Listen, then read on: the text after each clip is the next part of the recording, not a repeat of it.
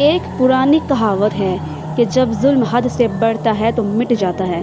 اللہ تعالیٰ نے انسانوں کو دونوں جہانوں کی مخلوقات سے افضل بنایا ہے اور اسے اشرف المخلوقات کے رتبے سے نوازا ہے۔ اب یہ ہم انسانوں پر منحصر ہوتا ہے کہ ہم اس بات کو کس حد تک ثابت کرنے میں کامیاب ہوتے ہیں یا نہیں۔ با کردار انسانوں سے تو فرشتے بھی حیا کرتے ہیں، لیکن بد کردار انسانوں سے ابلیس بھی پناہ مانگتا ہے۔ اس دنیا میں ہر قسم کے لوگ پائے جاتے ہیں اور ہر انسان کی فطرت ایک دوسرے سے مختلف ہوتی ہے، لیکن کچھ لوگ اپنی فطرت کی بدولت بہت جلد نمایاں ہو جاتے ہیں، چاہے وہ اچھی ہو یا بری۔ اس کہانی میں ایک ایسے بد کردار اور سفاک شخص کی زندگی پر روشنی ڈالی گئی ہے جو پیدا تو انسان ہی ہوا تھا، لیکن اس کے کام شیطانوں سے بھی بڑھ کر تھے۔ ظلم اور سفاکیت جیسے اسے گھٹی میں ملی تھی۔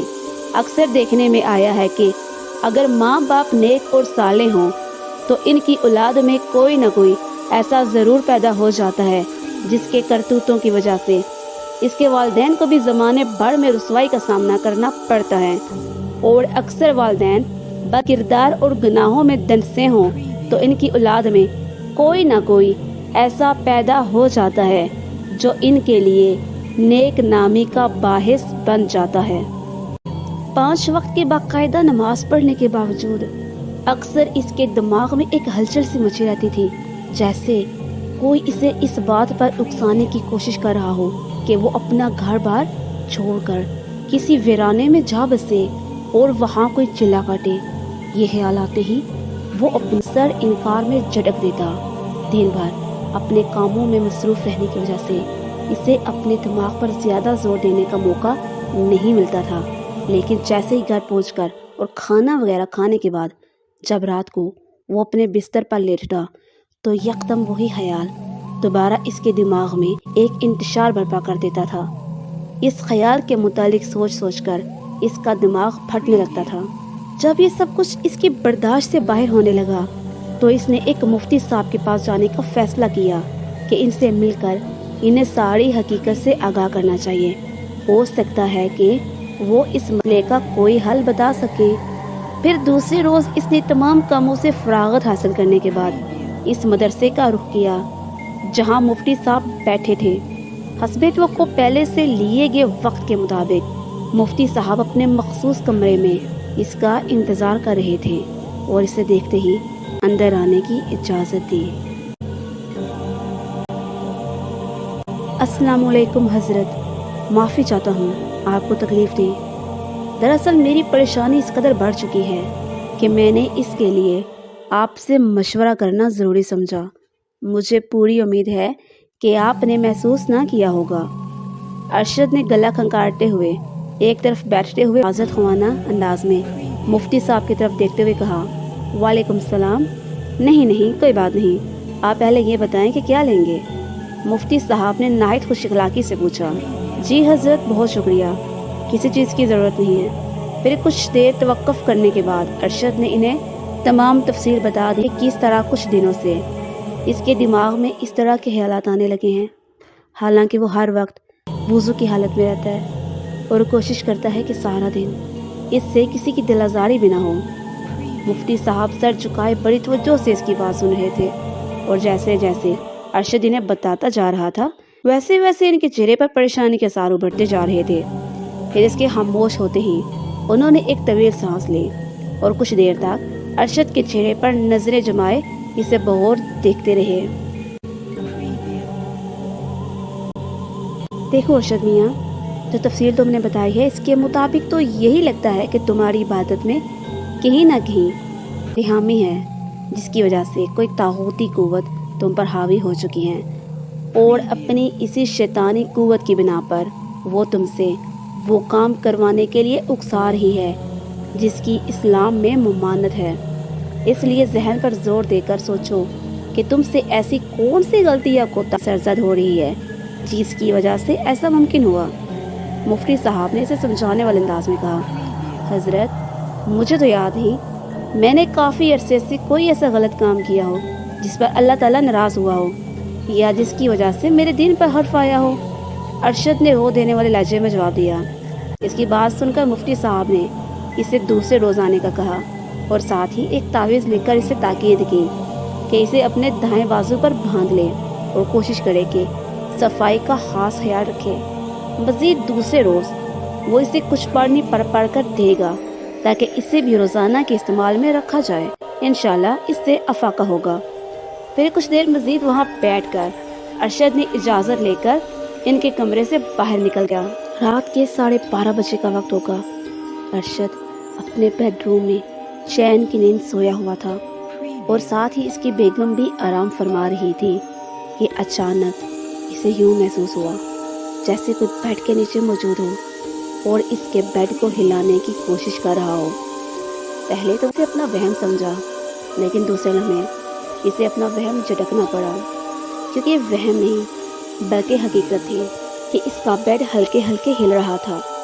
پھر یکدم اس سے وہی دماغ میں ہلچل مچانے والا خیال آ گیا کہ کہیں یہ بھی تو اسی سلسلے کی کڑی نہ ہو۔ یہ سوچ کر اس کے ماتھے پر پسینہ آنے لگا اور اس کے ہاتھوں میں ہلکی ہلکی لرزش پیدا ہونے لگی۔ اسے اتنا حوصلہ نہیں ہو رہا تھا کہ وہ جھک کر بیڈ کے نیچے جھانک کر دیکھ سکے کہ کون سی قوت اس کے بیڈ کو یوں ہلا رہی ہے۔ پھر یکدم اس نے اپنی بیوی کی طرف دیکھا جو پرسکون نیند سوئی ہوئی تھی۔ یہ دیکھ کر اس نے اپنا ہاتھ بڑھا کر اسے جگانے کی کوشش کی، لیکن یہ کیا، اسے یوں لگا جیسے اسے فالج ہو گیا ہو، کیونکہ باوجود بڑی کوشش کرنے کے وہ 1 انچ بھی اپنا ہاتھ اوپر نہیں اٹھا سکا تھا۔ یہ دیکھ کر خوف اس کی آنکھیں پھٹی رہ گئیں۔ اس نے چیخنے کے لیے منہ کھولنا چاہا، لیکن اسے یوں لگا جیسے کسی نے اس کے دونوں ہونٹ سی دیے ہوں اور اسے اب سانس لینے میں بھی دشواری محسوس ہو رہی تھی۔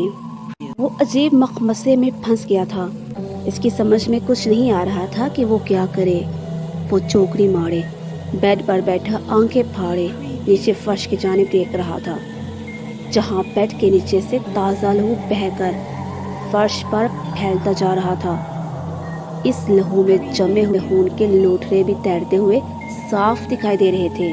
یوں لگ رہا تھا جیسے بیڈ کے نیچے کسی نے گائے ذبح کر دی ہو اور اس کا سارا خون بہتا ہوا باہر آ رہا ہو۔ ارشد یہ سب کچھ دیکھ کر تھر تھر کانپ رہا تھا، لیکن اس کا سارا جسم بے جان تھا۔ وہ چاہ کر بھی کوئی حرکت نہیں کر پا رہا تھا۔ اس کی بیوی سکون سے یوں سوئی ہوئی تھی جیسے صبح تک اٹھنے کا ارادہ نہ ہو۔ ابھی چند ہی لمحے گزرے تھے کہ اچانک بیڈ کے نیچے سے کسی بچے کے رونے کی آوازیں سنائی دینے لگیں۔ رات کے سناٹے میں اس کے رونے کی آوازیں اور کمرے میں پھیلے اس لہو سے ماحول بہت خوفناک ہو چکا تھا۔ بچے کے رونے کی آوازوں سے یوں لگ رہا تھا جیسے کوئی اسے بہت بری طرح سے چیر پھاڑ رہا ہو۔ اس کے باوجود کہ اس کے رونے کی آوازیں ارشد کے دماغ پر ہتھوڑے برسا رہی تھی، اس کی بیوی اسی طرح خواب خرگوش کے مزے لے رہی تھی۔ عجیب عورت تھی کہ کئی بار بیڈ کے ہلنے اور اب اس بچے کے رونے کی آوازوں کے باوجود بھی اس کی نیند میں کوئی خلل نہیں پڑا تھا۔ ارشد نے بولنا چاہا، لیکن اس کی زبان اس کا ساتھ نہیں دیا، اور پھر اچانک اس نے دل ہی دل میں قرآنی آیات کا ورد کرنا چاہا تو اس بار اسے یوں محسوس ہوا جیسے اس کی زبان سے ان کی ادائیگی ہونے لگی ہے، لیکن اسے اپنی آواز سنائی نہیں دے رہی تھی، گویا وہ دل ہی دل میں ان کا ورد جاری رکھ سکتا تھا۔ یہ دیکھ کر اس نے جو صورتیں یاد تھیں وہ پڑھنا شروع کر دیں، اور پھر یہ دیکھ کر اس کی حیرت اور خوشی کی انتہا نہ رہی کہ اس کا بے جان جسم آہستہ آہستہ حرکت کرنے لگا تھا، اور چند صورتیں پڑھتے ہی اس کا جسم ٹھیک ہو گیا، اور اس کے ساتھ ہی اس نے ہمت چکچا کرتے ہوئے آہستہ سے بیڈ پر بیٹھے بیٹھے اپنا سر نیچے جھکا کر دیکھا تو اس کے منہ سے چیخ نکل گئی۔ بیڈ کے نیچے ایک 7-8 سالہ بچہ ذبح ہوا پڑا تھا، اور اس کی کٹی گردن سے خون نکل کر جم چکا تھا، بلکہ اب تو فرش پر پڑے خون پر بھی ایک پپڑی جم چکی تھی۔ بچے کی گردن اس کے دھڑ سے علادہ ہو کر ایک طرف پڑی تھی، اور اس کا بے جان دھڑ کٹا پھٹا ایک جانب بے جان لاشے کی طرح پڑا تھا۔ یہ دیکھ کر ارشد کے جسم پر خوف سے لرزہ طاری ہو گیا اور اس کے منہ سے ایک دہشتناک چیخ نکل گئی۔ اس کی چیخ سن کر اس کی بیوی بھی یکدم ہڑبڑا کر اٹھ گئی اور کچھ دیر تک اسے سمجھ ہی نہیں آئی کہ ارشد نے چیخ کیوں ماری۔ پھر ارشد کو بیڈ پر آنکھیں پھاڑے نیچے فرش پر دیکھتے دیکھ کر اس کا کنڈا پکڑ کر اس سے چیخنے کا سبب پوچھا۔